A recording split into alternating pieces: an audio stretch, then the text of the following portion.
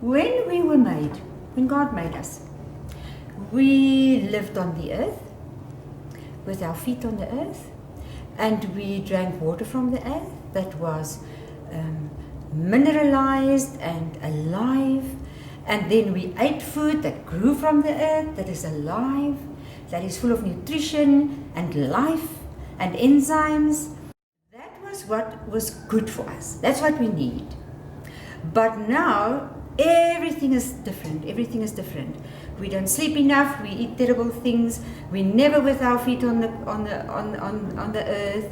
We actually deficient of nature. We're deficient of good water. We're just deficient of all the good things that the Creator in the beginning made for us to be well with.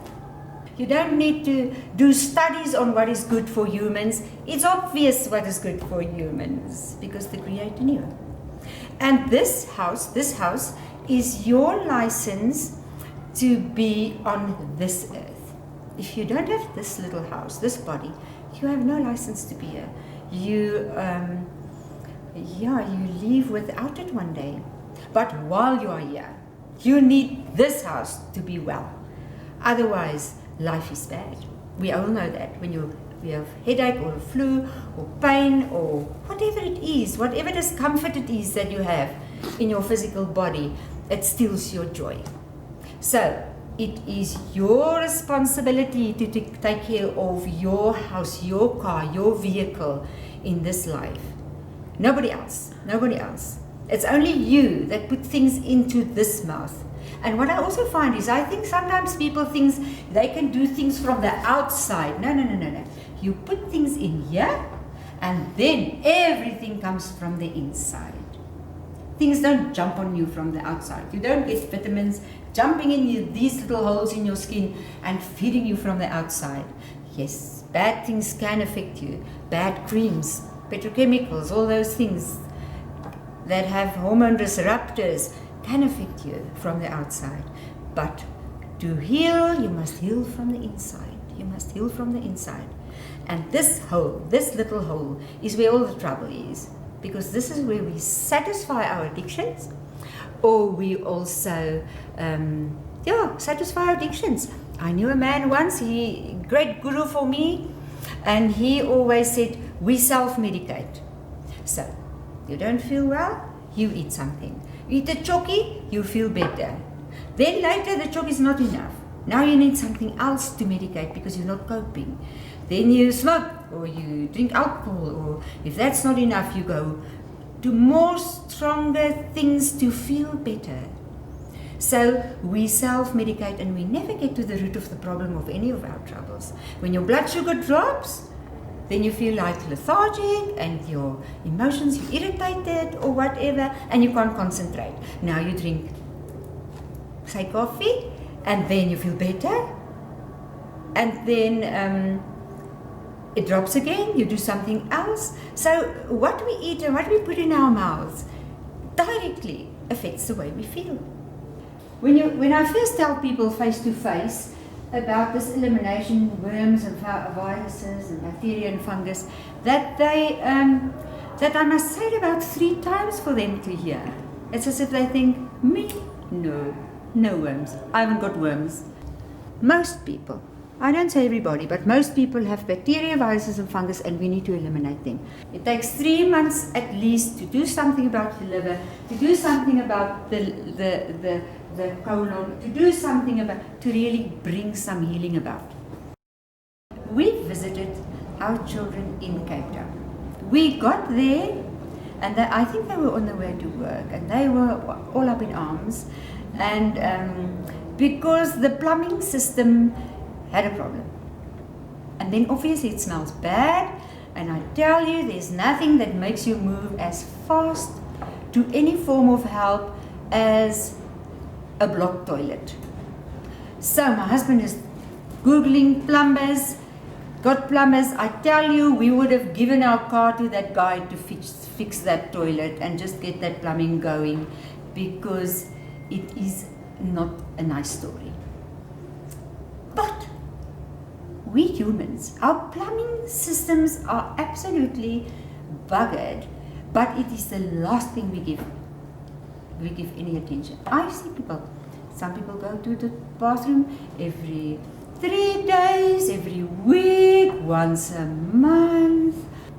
I always say we must treat our colons and heal them and cleanse them until they are clean. And it's easy to see because you see what comes out. You clean until you clean. It's not a magic day. 3 months probably to get a good job done. IBS, irritable bowel syndrome, or a spastic colon. Then I ask people, what does it mean? What is irritable bowel? Obviously the bowel is irritable. And a spastic colon means the colon is spastic. Now why will a colon be spastic? A colon is spastic and irritable because it's full of worms and parasites and fungus and old poo and no probiotics and probably a lack of magnesium, because if the colon is spastic, the muscles are spastic because it's not relaxed. So if you have a problem with constipation, obviously change your diet. That's good. But diet, when you are now screwed and your colon is buggered, then your diet is not going to help a lot. You now have to heal it and you now have to get it clean. If you now eat, especially if you eat live food, you eat and you chew. You're supposed to chew until you've chewed that thing into liquid. I remember in the beginning I would sit and chew until you're so tired that you actually can't even finish your plate of food because you chewed so much. But if you don't chew, you don't make any enzymes that must digest your food. So cleansing a body and detoxing doesn't mean a tea. You will have to go much deeper than that because lots of bad things have been going through your body and been hiding in places. It's not going to just take a tea to cleanse. The body also starts cleansing the moment you start putting crap in. There is a picture of the colon, and all along the colon there's sinusitis and heart problems and kidney and lots of things. And that is actually how your colon affects your whole body. So if you have, for instance, sinus, there where it says sinus, there could be a big problem of compacted poo or parasites or whatever is affecting that part of your colon. If you have now dewormed and cleaned your colon and put in the probiotics, because the probiotics makes you digest food better, you have an immune system when you have probiotics, you can't have fungus. If you have a good flora in your gut and they are settled colonies and there's enough of them, the baddies can't come. They can't come in because they just bullied out. But if there's nothing, then all the baddies can come and they can just take over and they make as if it's their place, which it isn't actually, but there's nobody there. You can do kombucha and kefir and sauerkraut. There's lots of food stuff that you can do if you don't want to use medication or capsules. There's lots of probiotics. People are taught from childhood to believe that the brain is essentially the boss of the body. While it is true that the brain is the centerpiece of our mental capacity and nervous system, it is also a fact that there are nearly 100 million nerve cells in the gut alone, about the same number found in the spinal cord. Fully 1/2 of our nerve cells are located in the gut, so your capacity for feeling and for emotional expression depends primarily on the gut, and only to a lesser extent on your brain. By the time you add together the number of nerve cells in the esophagus, stomach and small and large intestines, there are more nerve cells in the overall digestive system than there are in the peripheral nervous system. About 4 years ago, my youngest daughter had skin problems and I told her, this is now the end because we've tried everything, nothing's better, we are doing liver cleanses.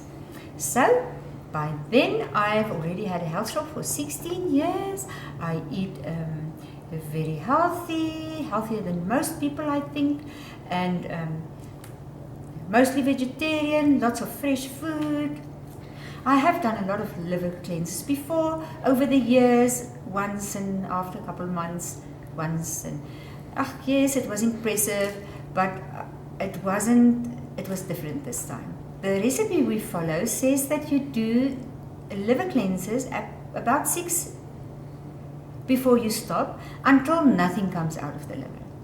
So the third liver cleanse we did was we did a 3-day fruit and veg fast. We really went fresh for 3 days and did the liver cleanse, and then I almost had a heart attack because a lot of cholesterol stones came out. So I want to just show you my cholesterol stones from the third liver cleanse I did. The first photo is actually not the first one. It wasn't that cleanse. It was the first one, because all these things that come out, it's this skiff. It's dirt. It's little crystals. It actually harms the liver. But this big one, you can see how big it is, and these are all cholesterol stones. So cholesterol stones are soft. It's fat. So if you have a fatty liver or an enlarged liver, this is what is inside your liver. People will say they have liver problems, they come from wherever and they have liver problems, and then they say, but I don't drink a drop. And we are so convinced that alcohol is the thing that actually makes our livers suffer, and it is true. But what is worse is that sugar makes alcohol in the stomach, and that actually is really bad for our livers. If your liver is bad, you can get cancer, you can get cardiovascular diseases, diabetes, all the cholesterol and all those things. Actually, everything comes from an unhealthy liver and a fatty liver. And I always say you do the colon to get to the liver. You can't do liver cleanses if you don't deworm and you don't clean your colon, because it also really affects the liver. So the liver is actually the one you need to get to. On our website, there's a little book called The Amazing Liver Cleanse. You can print it for free. It's about 90 pages. It will tell you everything about the liver. It's the most important thing. The most important things to know is what is in that little book about the liver. Even if you're not willing to do the cleanse, just read the information and just see how important it is that your liver is well.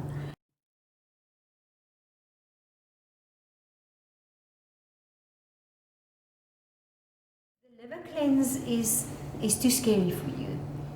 Then change your diet so that the pressure is off your liver, and drink liver herbs. There's lots of liver herbs. There's herbs, the herbal teas and drops and capsules. What are you willing to do? How important is it for you to be well? Some people will make little effort. Some people are willing to do a lot of effort. Where are you at? What are you willing to do to heal? What are you willing to pay? What are you willing to eat? But whatever you are willing to do something that you have peace with, that you are willing to do.